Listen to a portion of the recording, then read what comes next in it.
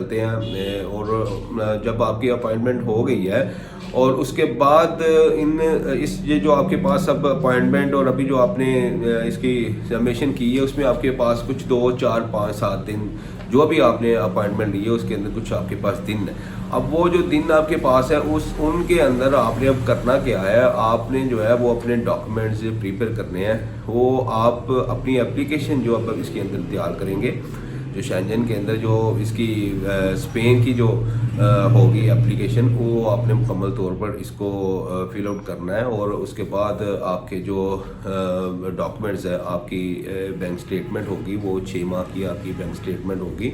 اور اگر آپ جاب کرتے ہیں تو 3 ماہ کی جو ہے وہ آپ کی سیلری سلپس ہوں گی. اور اس کے بعد اگر آپ کا بزنس ہے تو اس کا NTN ہوگا, چیمبر آف کامرس ہوگا. اگر آپ کی پراپرٹی ہے, کوئی آنرشپ آپ کے پاس ہے, آپ کے پاس مطلب رینٹ کہیں سے آتے ہیں, وہ آپ نے اس کے متعلق اپنے ڈاکومنٹس جو ہیں وہ کلیکٹ کرنے ہیں. آپ کی جو پراپرٹی کے ساتھ جو آپ کی آنرشپ ہے, جو آپ کی گاڑی ہے, یہ سارے جو آپ کے ایسٹس ہوں گے. ٹھیک ہے, آپ جب بھی اپنا ٹیکس بھی پے کرتے ہیں اور ٹیکس کے اوپر بھی آپ کی مکمل ڈیٹیلز وغیرہ لکھی جاتی ہے, آپ کے پاس اینولی کتنے ایسٹس ہیں اور کیا چیزیں آپ کے پاس ہیں. وہ سیم چیزیں اگر آپ کو پتہ ہے, آپ اس کے اندر سے ہائی لائٹ کر سکتے ہیں اپنی جو آپ نے لاسٹ ایئر ریٹرن وغیرہ فل کی تھی, وہ تو اس کے اوپر سے بھی آپ جو ہے نا وہ نکال سکتے ہیں. اور اگر آپ کو نہیں پتا تو آپ ایک دفعہ جو ہے نا وہ تھوڑا سا ٹائم دے کے ان کو جو ہے نا وہ دیکھ لیں کہ آپ کے پاس کون سے ایسے ایسٹس ہیں جو اس میں جو ہے نا وہ آپ نے ڈاکومنٹ میں مینشن کرنے ہیں. اور اب آپ نے وہ تمام جو ڈاکومنٹس ہیں نا, ابھی جو آپ کو میں بتا رہا ہوں, ٹھیک ہے, وہ ایک تو یہ آپ کو بتایا میں نے, NTN ہو گیا, اور اس کے بعد چیمبر ہو گیا. اگر آپ کے پاس چیمبر ہے اور چیمبر کا آپ نے لیٹر بھی لینا ہے, ٹھیک ہے, وہ ریکمنڈیشن لیٹر ہوتا ہے چیمبر کی طرف سے, وہ بھی آپ نے وہاں سے لینا ہے. اور اس کے بعد آپ کی 1 سال کی جو ہے نا وہ صاحب کا جو ہے وہ ریٹرن ہوگی, ٹیکس ریٹرن آپ نے اس کے ساتھ اپنی لگانی ہے.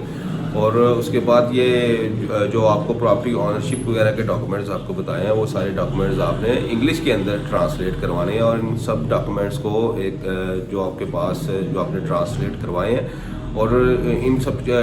ڈاکومنٹس کو آپ نے ایک فولڈر بنا لینا ہے, ان کو سب کو اکٹھا کر لینا ہے. پلس اس کے بعد ایک چیز جو ہے وہ رہ گئی ہے, جو آپ کے پاس پاسپورٹ ہے, اور پاسپورٹ کے اوپر جو سابقہ جو جتنے بھی آپ کے ویزے جو ہیں وہ لگے ہوئے ہیں, ان ویزوں کی آپ نے کاپی بھی ساتھ جو ہے نا وہ کروا لینی ہے کہ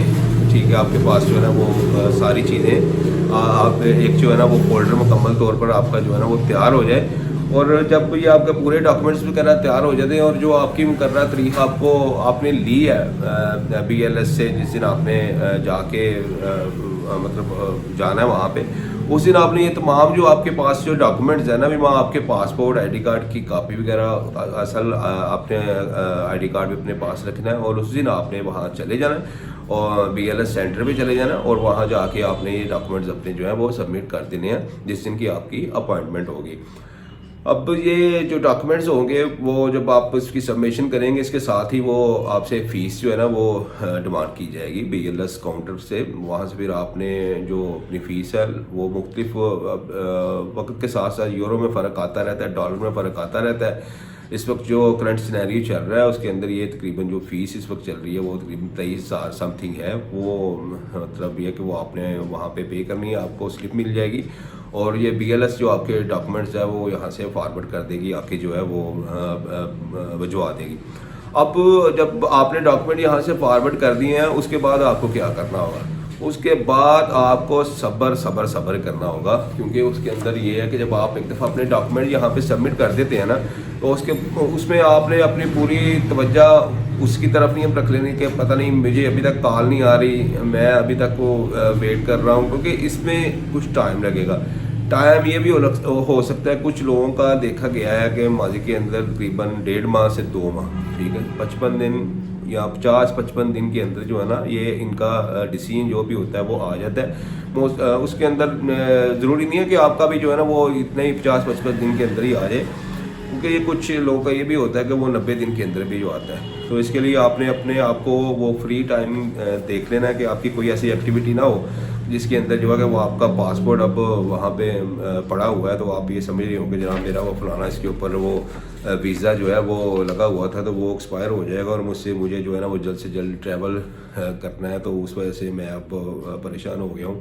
تو یہ چیز آپ نے اپنے ذہن میں رکھنا ہے، آپ نے کم سے کم جو ہے وہ 90 ڈیز اس چیز کو جو آپ نے ٹائم دے دینا ہے کہ 90 ڈیز کے اندر جو ہے نا وہ آپ کو کال آئے گی، اور آپ نے دوبارہ BLS سے جا کے اپنا پاسپورٹ جو ہے نا وہ کلیکٹ کرنا ہے، اور اس کے اوپر اگر اللہ کو منظور ہوا تو آپ کا ضرور جو ہے نا وہ ویزا لگا ہوگا۔ تو یہ کچھ اس کی اسپین کے حوالے سے ڈیٹیلز وغیرہ وزٹ ویزا کے حوالے سے آپ کے ساتھ میں شیئر کرنا ضروری سمجھتا تھا۔ مزید اس کے بارے میں اگر آپ کوئی انفارمیشن لینا چاہ رہے ہیں یا اپنی فائل کو پریپیئر کروانا چاہ رہے ہیں تو